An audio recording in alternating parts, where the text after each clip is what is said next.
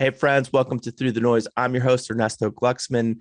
This next guest, oh my God, it left me with sweaty palms and kind of a terrifying feeling in the pit of my stomach, just thinking about the sheer amount of stuff that's up in space and flying around and what they can really do about making sure that these things don't crash into each other. This is a real exploration into this startup and in terms of the solution that they are creating to adapt to the reality of space debris. And I found it fascinating. So I hope you find it fascinating as well. Please, I guess this is what everybody says on YouTube, like or share this if you can, if you like the episode. Let's just get started.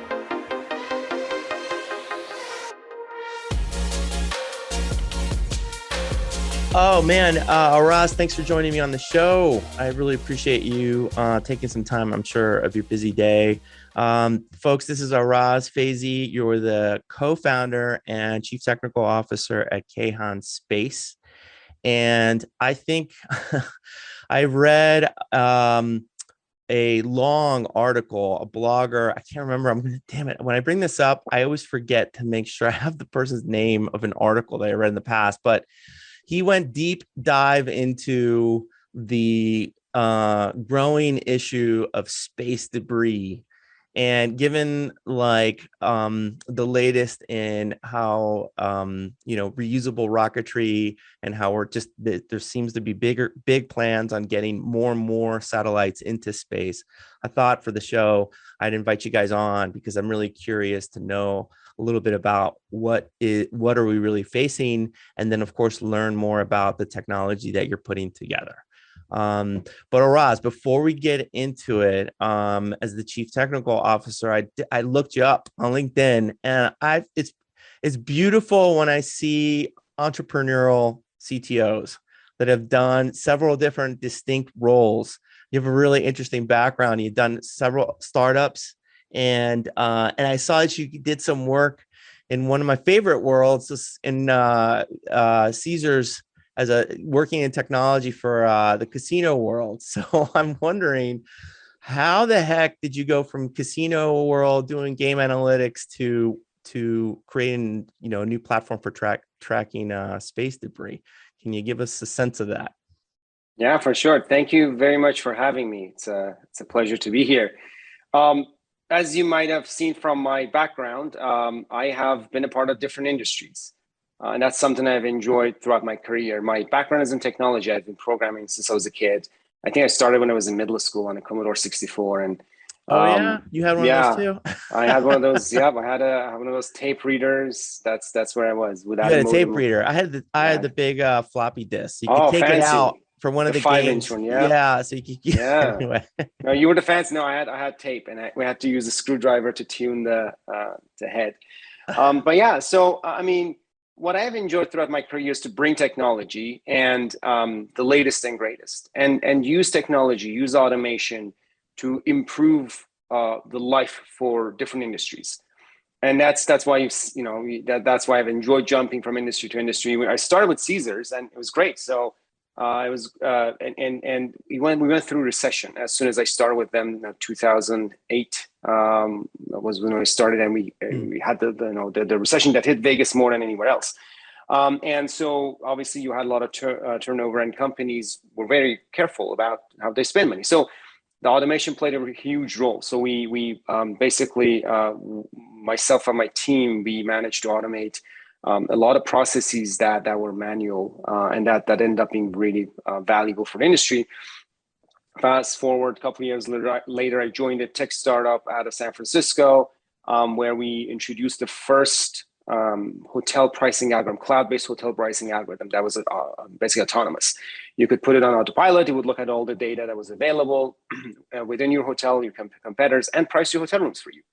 And then after that, I started my first company as a co-founder, and I did some work in cybersecurity. We basically did the same thing, brought a lot of cloud computing and economy of scale of the cloud computing to bring down the cost of providing robust security and privacy features to everyday users at an affordable cost. And then space. So that's kind of what I've done throughout my career. just watch where technology is going, bring technology, partner with someone who has deep industry expertise, and together solve a real problem for the industry, which we're doing here. I mean, on the Caesar side, I can see like that's a pretty heavily regulated environment with a lot of data that flows through it. So scaling and processing all the accounting and who knows what else, and the checks, the gaming, analytics. I'm sure that was like an endless, intriguing kind of like place to play or get your chops in.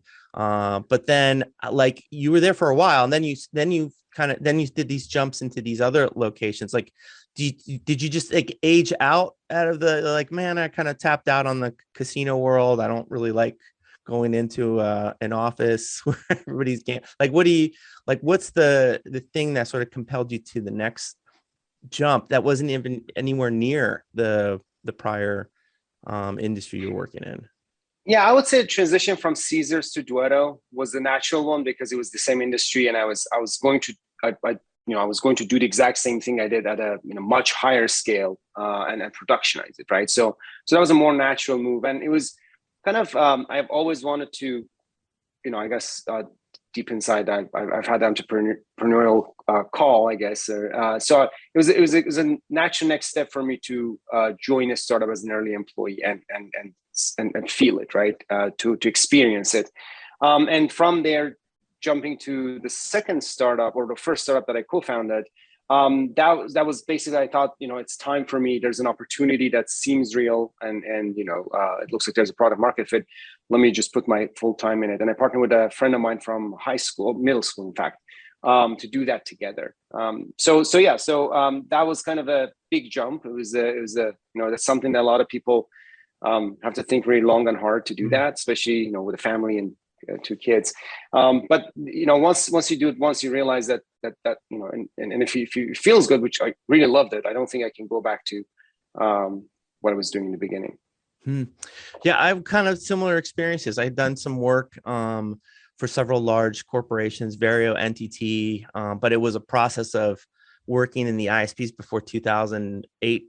The dot-coms crash, and it literally felt like every year some other company suddenly bought the new company that we were working in, and then somebody bought them, and then somebody bought them, until Japan NTT was, I guess, like the AT&T in Japan bought the behemoth that I ended up working in. And you get the feel that I think my managers and my mentors that were always telling me, like, the only thing that's constant is change. Like, you don't, there's no, don't get, that's what you can count on. But then like a big jump with a friend too, from also middle school, he had an interesting window into substance abuse treatments organizations, and he was like, man, these people are counting, they were it was like methadone clinics for sort of, you give this like really heavily like to the drop, heavily regulated by like 5-8 federal agencies of for treatment, and they have to account for every single drop.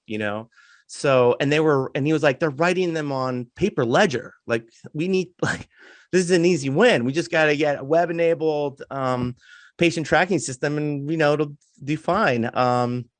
The business still exists. They're still working on it. It's still growing, and that was an exciting time to learn, how to, well, I was a coder then, and I don't think I was a very good one. I did the best I could, but I was just more intrigued about starting the business and learning it, what it's like. So I could totally see that. But here you are, let's fast forward to now, Kayhan Space. This is really interesting. And I want to go into the issues, but I think one of the things that struck out when I was looking you up a little bit was you spent, well, first of all, how did you run into your co-founder? How did you run into this guy? Oh, great story. It's 26 years ago.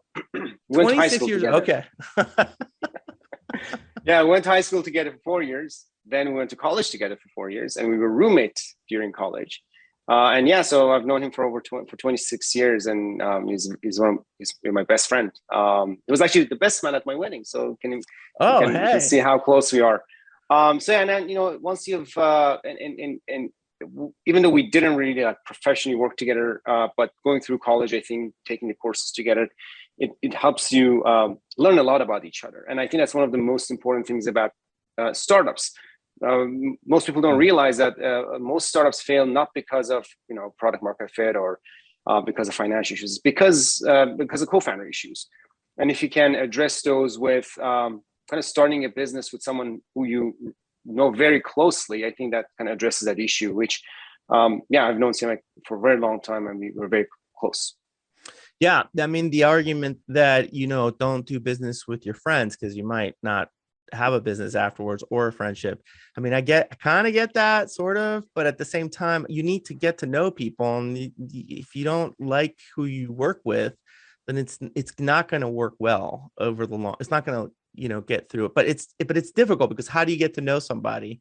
So you knew him personally already, and then over time, he's going up his career trajectory, working. I think he worked for NASA, right? And then you guys, at some point, the idea came up. He's telling you, hey, there's this gap in this world that I'm in. And you're like, oh, that's kind of interesting. Tell me more about that.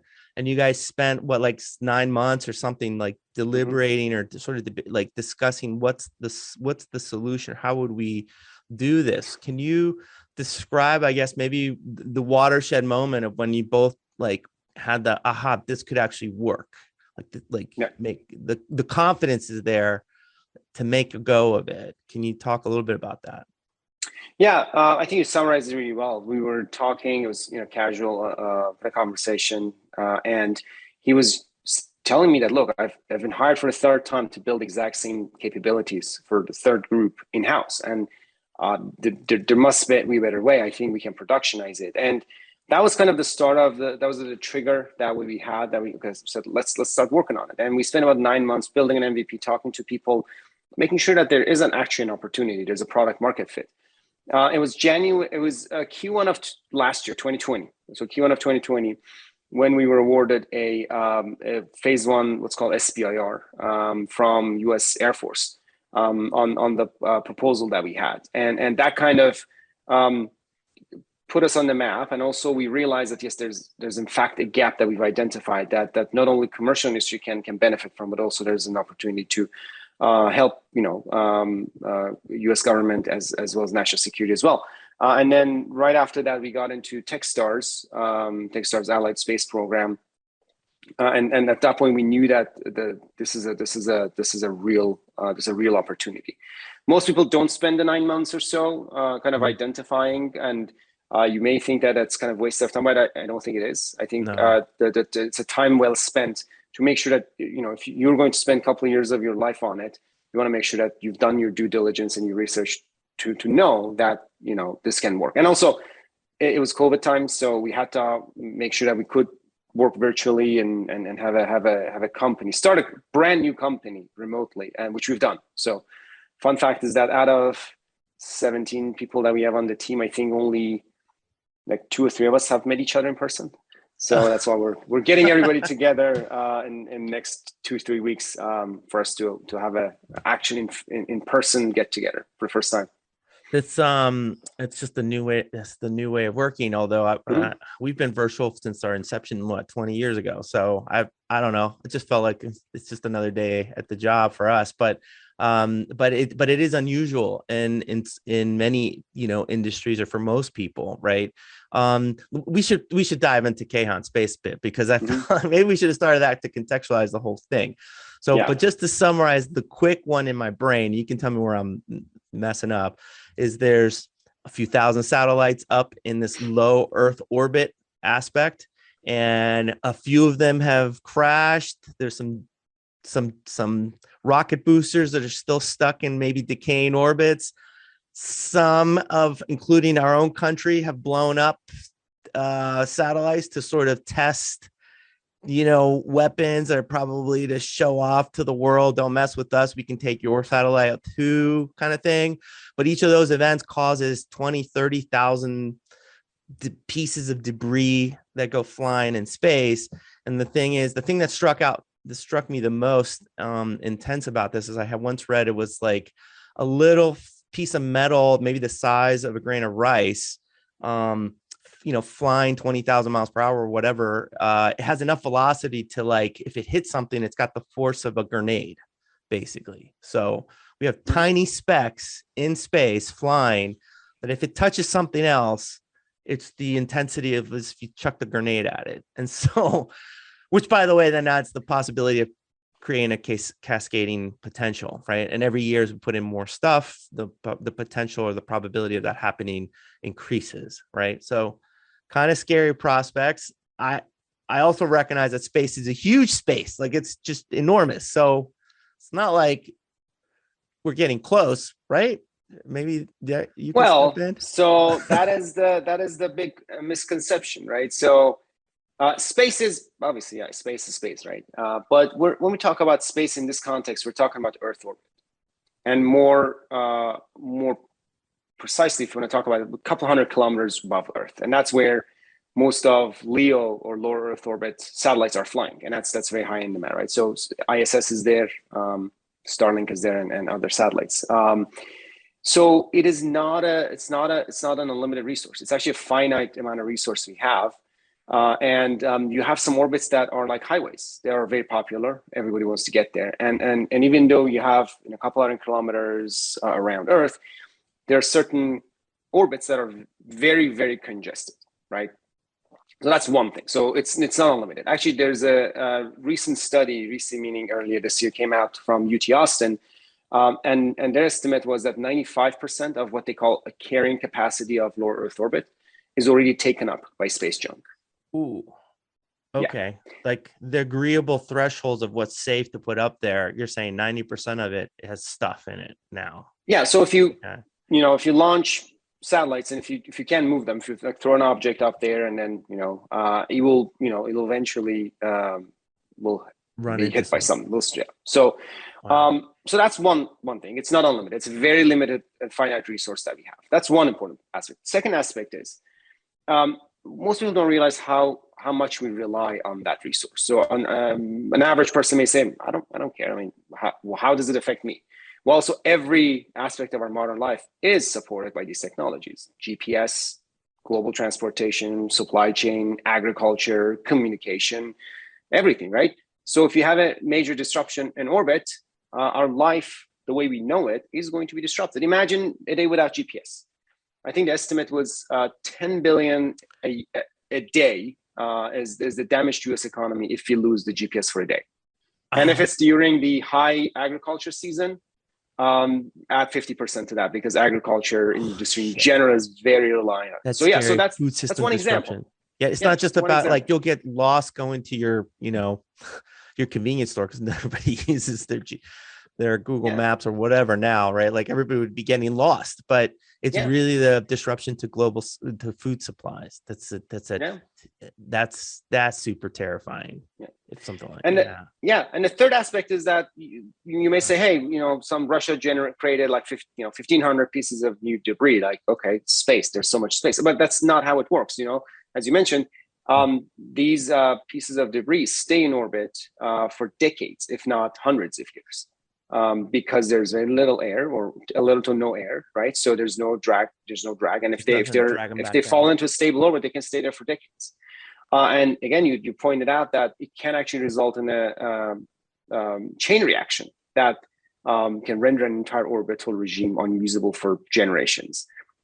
Gravity, the movie, kind of depicted that and illustrated that, right? So, and it's called Kessler syndrome. Mr. Kessler predicted that imagine if so hopefully, luckily it didn't happen, but that ASAT test, if the debris from that had gotten in the way of a big constellation, it would have basically destroyed about a couple of satellites, generating more pieces of debris, kind of starting this cascading effect and chain reaction that could end an entire orbit for generations. And here's another thing to emphasize that's important, because if you want to get out of the orbit, so if you want to get to a higher orbit, like say GEO or MEO or GEO, or if you're going to cislunar or to Mars or Moon, you have to go through this cloud of debris, right?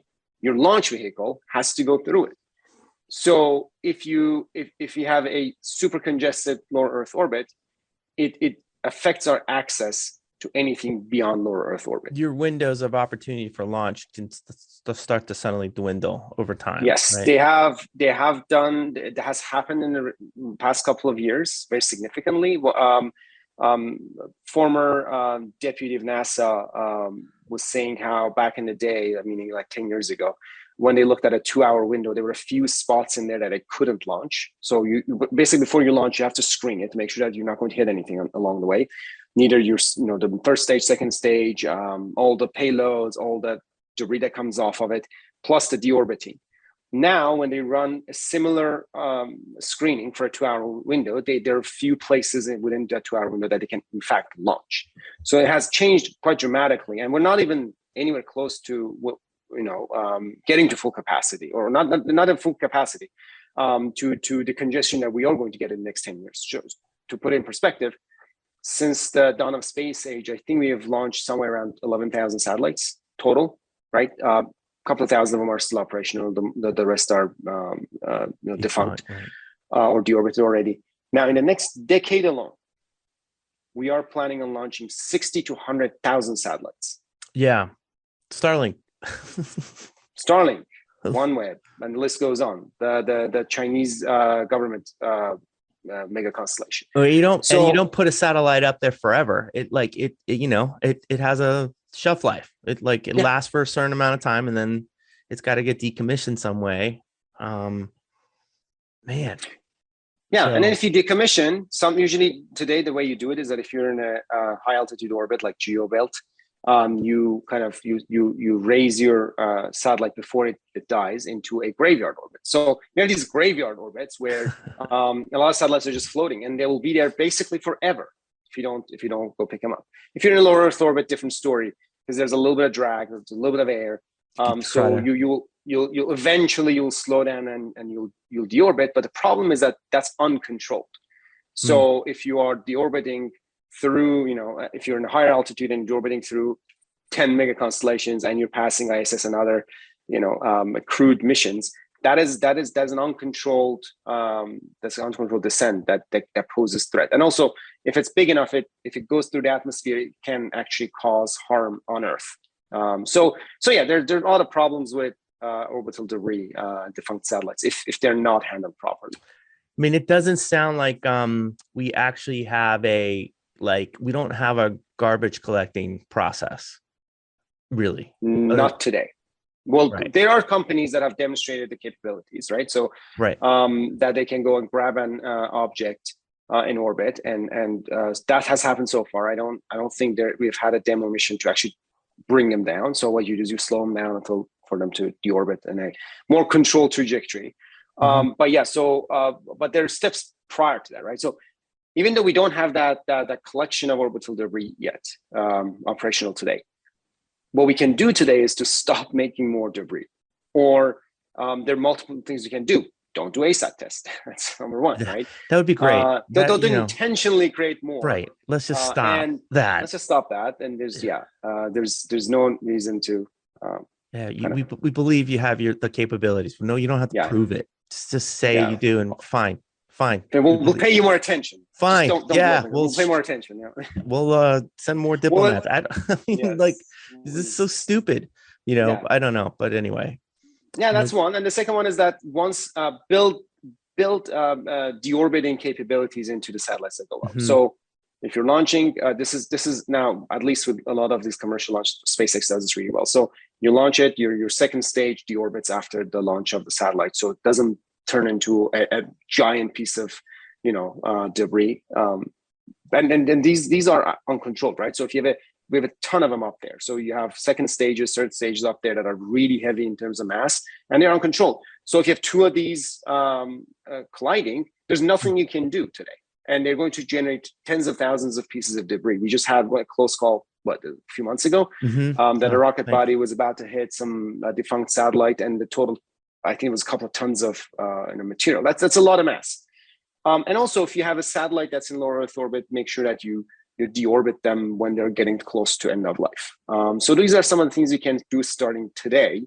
But so we are going to need some really rapid advances in orbital debris mitigation problems. So let's talk about your software, the platform you guys are getting into. I mean, first, give me a sense of how much are they able to track, right? Because you're probably getting data from public sources or private sources, right? Other satellites tracking the debris that's up there, right? And you're getting that data into your system.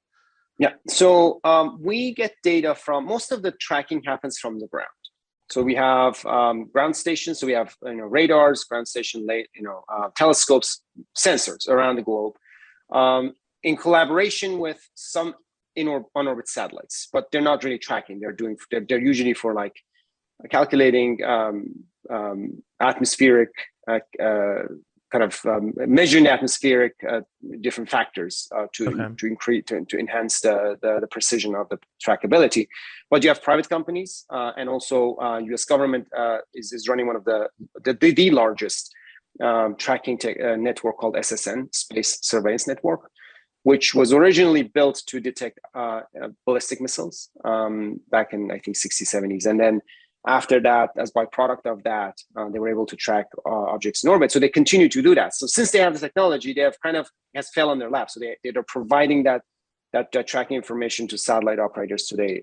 And we have an agreement with U.S. Space Command that we get access to public data, as well as some non-public data that helps us, allows us to provide some of the services we have. And so we today we are in general, we're tracking about 30,000 satellites, meaning Space Surveillance Network and other trackers. It is estimated 1 million pieces of debris in Earth orbit, and we're only tracking about up to 30,000 of them today. Wait a minute. There's 1 million pieces of debris estimated. They don't really know, and you're not even tracking 1%. Well, it's 3%. Right. Yep. So if you are about 10 centimeters in diameter or larger, there's a high chance that we are tracking that object pretty in a reasonable fashion.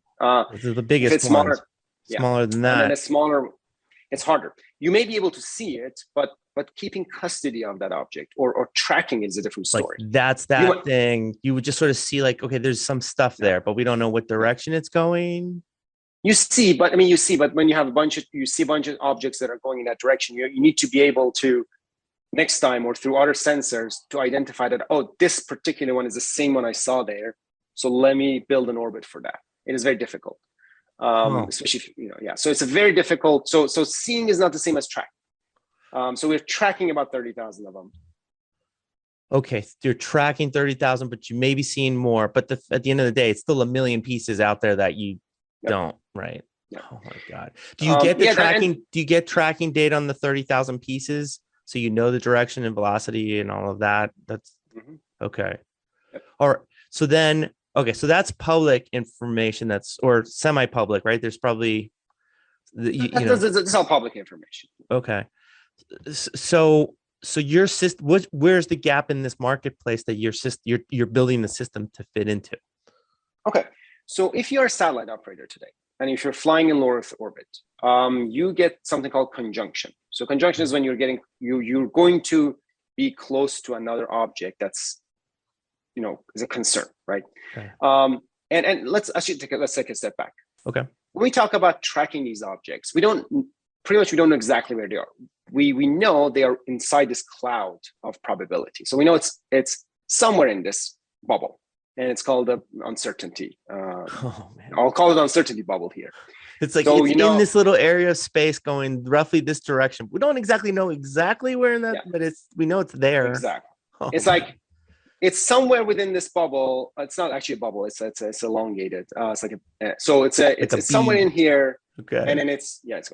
So when how big is that? How big is that? In average. It really depends. That's a very important. That's a very good question. So the uncertainty really depends.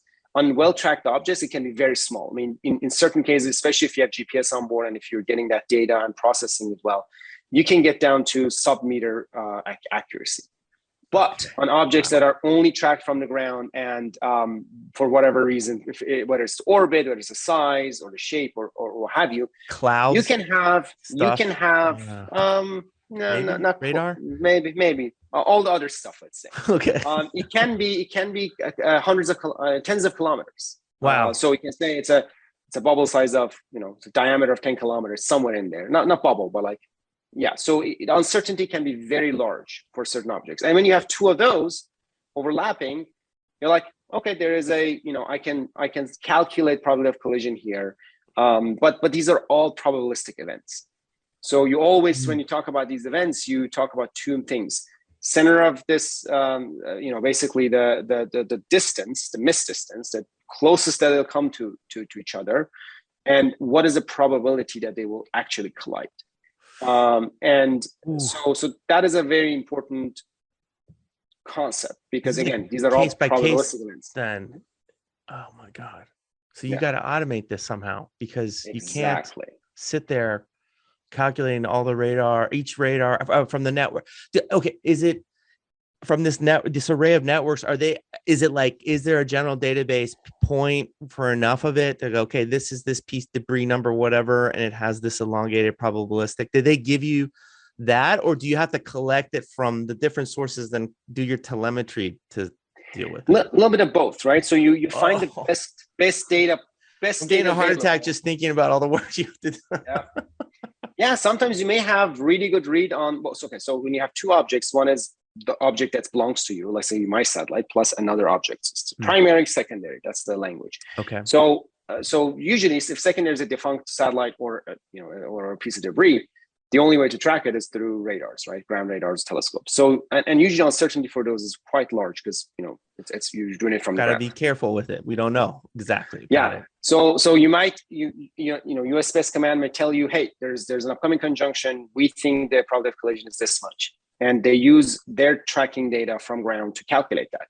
But when we are the service providers, or when we do it, or if the satellite operator does it, they might have better read on their trajectory, if they have sensors, if they have GPS on board. Right. So we basically look for the best available data, and then we fuse them, and then we use that to help our operators make a decision.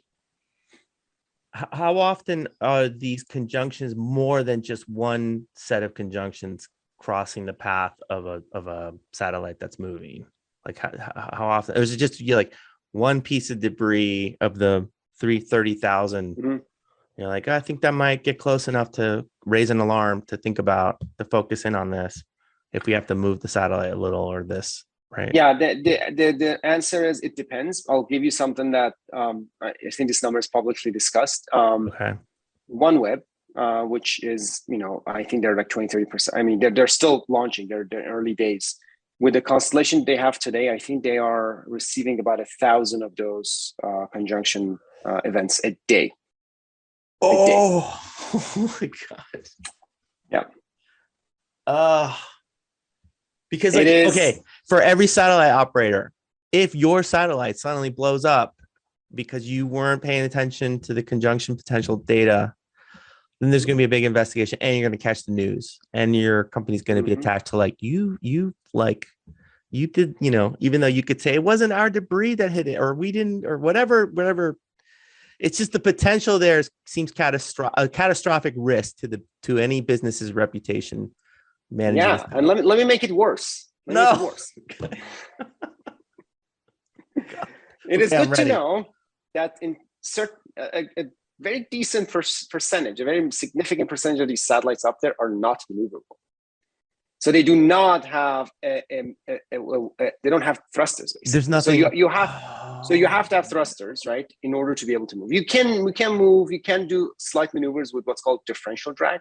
So like a sailboat, right? So by changing the shape, the drag profile, like if you have, for example, move the solar panel somehow, catch more, oxygen. Yeah. Exactly. Electrons. So you can do some of that, but you have to be able to do that. A lot of satellites actually can't do any of that. So imagine you have a conjunction between a non-maneuverable satellite and a debris, or two non-maneuverable satellites.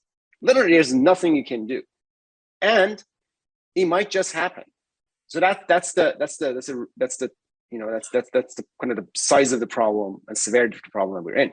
All you can do is call your press rep and be like, hey, prepare the press release. Yeah, it's like that might happen. There's 40% chance it's going to happen in 3 hours. So yeah, so and remember, these are probabilistic events, even though, and then they usually calculate them in one in, basically like the probability, like 1 in 10,000, 1 in 100,000.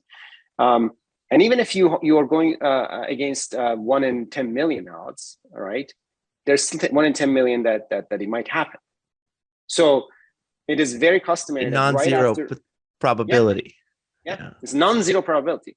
So it is customary that every time you have a high interest event, operators usually, since they're anxious to see what happened, the first thing they do is that right after the what's called a TCA, time of close approach, they try to make connection as soon as there's a ground station available with their satellite to see if it responds, right?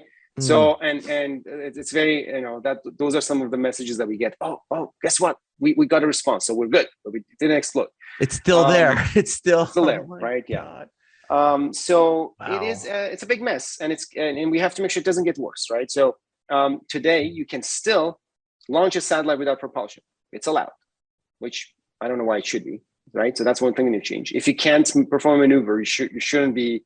At least you shouldn't be anywhere above ISS. I mean, how much propulsion fuel would you need? Like a little gas canister, a little something that's just to get it out of the direction. Like think something, there are many right? companies. There are a lot of really robust, great companies that have, they've created very affordable propulsion systems for CubeSats. So you have that technology. That's not an excuse anymore. Of course, it's cheaper, right? I'm sure to just not. Yeah, it's cheap. I mean, right? Yeah, exactly. Right. Okay, so it's just like, man, this is okay. It just sounds like a very intriguing problem. I can see why an engineer, software engineer, would be like curious about it, right? But the complexity, well, that's part of the possible solutions. That you're helping them deal with the complexity. I guess this, like, you could set up automation processes with your software to reconnect quickly or see, reassess the satellite still there. That might be an area, but I mean, what's the platform? Where are you focused right now as you're sort of building this guy out? Good question. Yeah. So we looked and we said, okay, so how can we provide the biggest impact, positive impact in the shortest amount of time? Mm-hmm.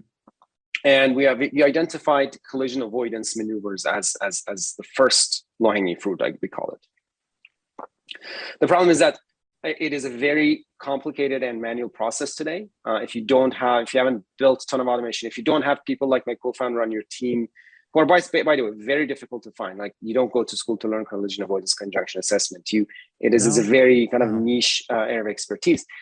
So we said, okay, so let's make an automatic process or autonomous process where satellite operators can basically sign up and put it on autopilot. So that's what we're doing. So if you're our customer, as soon as we have a case that needs your attention, you get a notification. So let's say you're using Slack as your messaging, you get a Slack notification that says Kayhan says that, hey, there's a conjunction that you need to look at.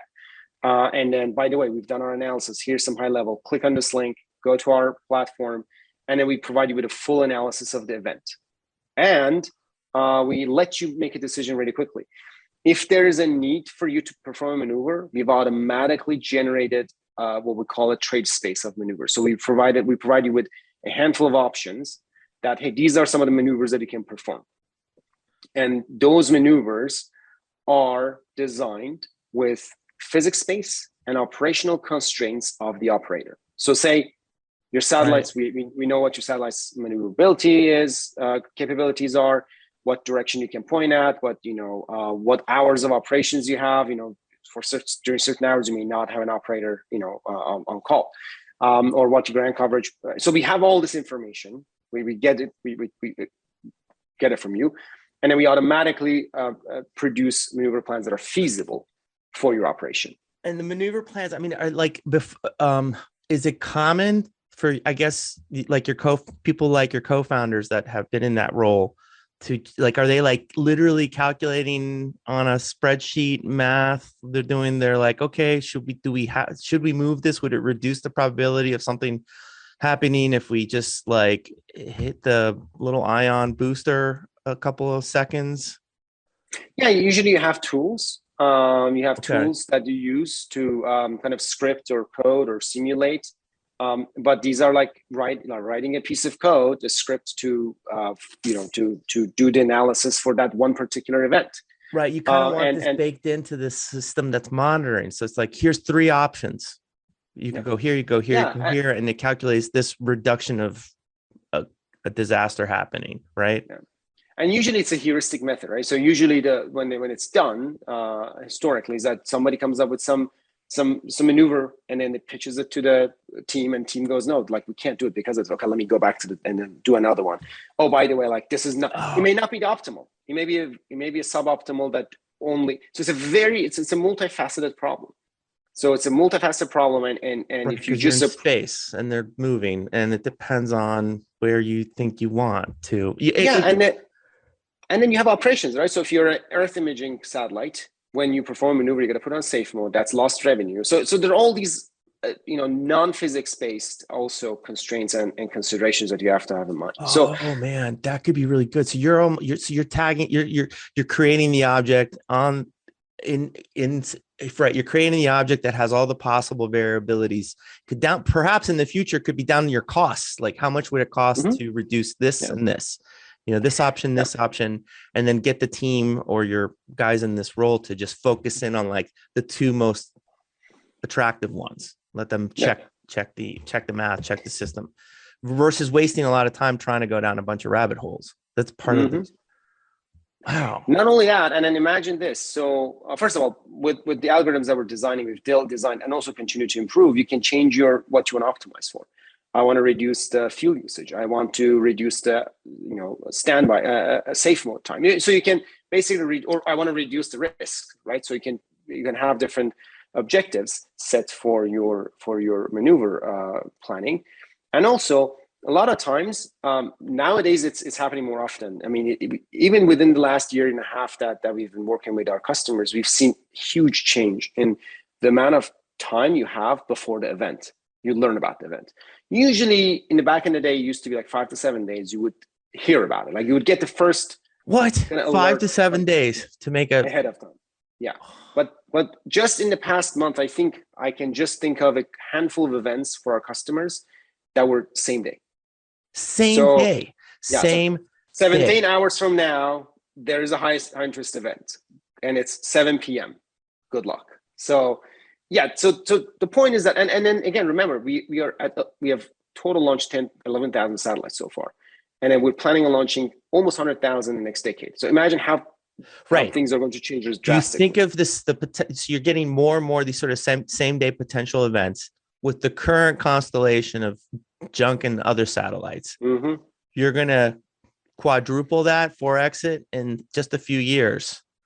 So you could do some regression modeling, right? You could figure out like what's the potential of how much these same day events are going to increase. In fact, that's exactly what we are doing with an NGO today to estimate that and see if you don't do anything today, what is the cost to the world economy or the risk? I'm getting ready to go snowboarding. I feel like I'm going to do a bunch of black diamond drops. It doesn't make me as more that's not as more nerve-wracking than what I'm just hearing from you, because it sounds like everyone's playing high stakes what do they call it, a game of chicken. Who's going to be how close can we get to the next potential total catastrophic situation before we actually have to do something? Man, like imagine you could get on top of the mountain bowl, and then on a powder day, first one on the mountain, cruise down, right? Versus going down a double diamond and with like 100 people around you, just some don't even know what to do. And then there's certain people just standing on the side and throwing stuff at you. So good luck. That's what's happening. As the day increases, more people and more objects spill into the space. And then people hit each other, and then like stuff like go around, and there's like piece of snowboard and I think I need augmented glasses to start give me the telemetry of all the objects that's starting to come into my. Yeah, I think eventually you're gonna have a snowboard that's autonomous, and we'll just dodge. Just take it, ride. You'll just sit, you just ride it, Wow. Because that's what we're getting to. I mean, it's a joke, but right. I mean, we're getting to a point where a human can no longer be in the loop of response. If you have a human in the loop, we're too slow, we're too error prone, we're too lazy, we're too Exactly. whatever. We got to eat. Email went to my spam. Too bad. Oh, I forgot about it. Or, oh, I thought it was not going to happen. Oh, you could, so you could get to a point where it may be a situation, maybe in the future, right? The future iterations, let's say your company's super successful and it's tracking very well. It could get to a point where if a human doesn't intervene, you're going to have to, it'll autonomously pick the next best option. That is, we have that ability today. So we can pick the best one based on our, knowledge. But today we intentionally have made it so that the operator makes that decision, because so the liability is on them. Yeah, that is one part of it, and the other part is that in fact, like it's just the trust has to build in the system, right? So which has been proven over years, and and it's even if we have that technology, I don't think any operator would feel comfortable doing it, not just with us, with anyone, for anybody, nor should they, right? Nor should they. Like it should, this isn't a Tesla car that you can just kind of go to the reorder a new one. This is a satellite, and and you don't want to be that person, because the last one that had that incident, people still talk about it. It's been over 10 years, but oh my God, Araz, man, I want to keep going, but thank you so much. Give us a little window into this intense space, the spot industry, market, whatever you call it. I mean, what's next up for you guys? Like, you got 17 some people, you're scrambling to 2 years of development. Do you have a few customers? What sort of next level? based on the time that this is airing, and between the time we've closed, we're going to announce our next raise of funding. So when this airs, it's been announced.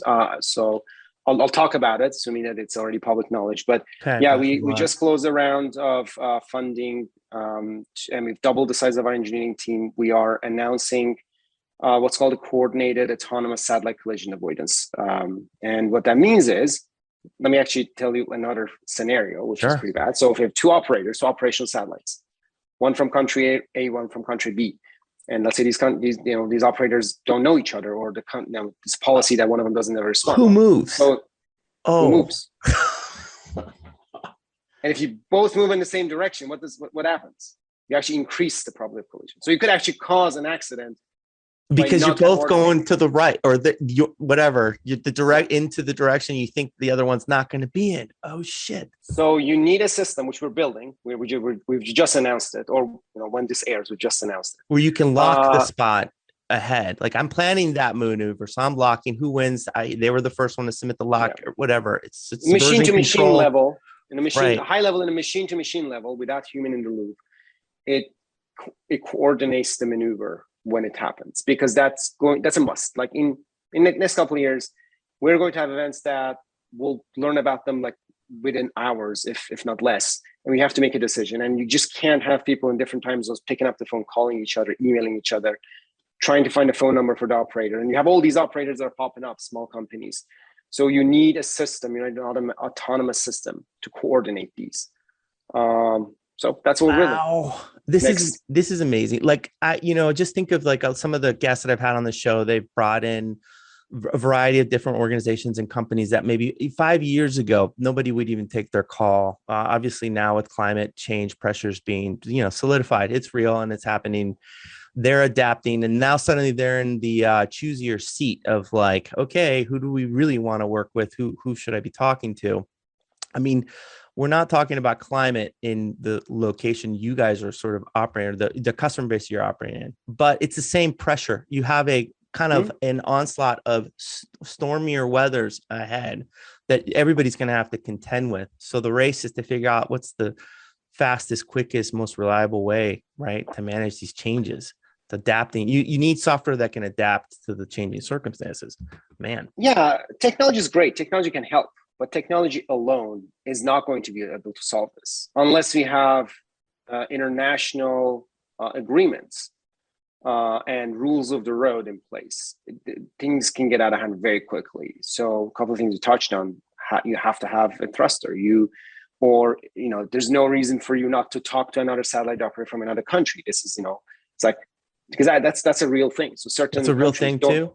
Don't respond when you reach out to them. They just simply don't.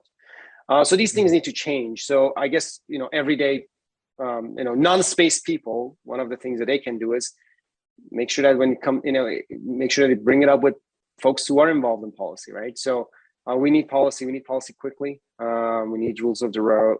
But otherwise technology can help to a certain degree, but it's not the final solution. Well, I think I commend anybody that's not waiting for regulation, right? Because the regulation, to me, I live in Washington, D.C., and I just know that no one puts a stoplight until somebody gets hit at the street corner by a car, right? Mm-hmm. Like they wait until some catastrophic thing happens, and that there's then an uproar. Now there's a movement to address it, and then the political quote unquote leaders, they're more like followers, sort of pick up the ball and go, okay, we should do something about it. The only problem is that I think that, especially in this world that you're in, the stakes are way higher, right? In terms of the potential lasting outcomes for everybody, that, you need to, maybe they just need more visualization of how these models, how the world's going to look like if we don't figure out. We're working on that. Okay. And honestly, like I agree with you. I'll say this very quickly. But if there's no stop sign, if somebody is hit, then obviously they will get up and then they'll do something. But if there was that I told you so moment, there was that I told you so pressure, then I think there's more likelihood that things will happen fast. So we need to kind of increase that pressure, or increase the knowledge sharing, and we need to make sure that people know about it. So it's not like, oh, this happened, we didn't know about it, we didn't expect it to happen, so let's see what we can do about it. We don't want that to be. We want to make sure that everybody who is involved knows the risks. So if that happens, hopefully it won't happen. Hopefully we'll get to some agreement before that. But if that happens, there's enough knowledge and pressure and information out there that things will change quickly. Anybody in this world that wants to find out more about you, I mean, they can definitely Google you, and I'll have links in the notes. And let me know how the rounds go for you. I'll put them in the notes. But Kayhan.space, right? That's Kayhan.space. That's right. Kayhan.space. Or you can follow us on Twitter, myself or the company, and you'll hear about space things from us first. So. Super awesome, intriguing, fascinating spot. I can see why you've evolved to this is very cool. So Araz, I'm glad there are people like you and your co-founder trying to help into stabilizing all this stuff flying around. Thank you so much, Araz. I appreciate it. Visit throughthenoise.us for more episodes and subscribe to our newsletter.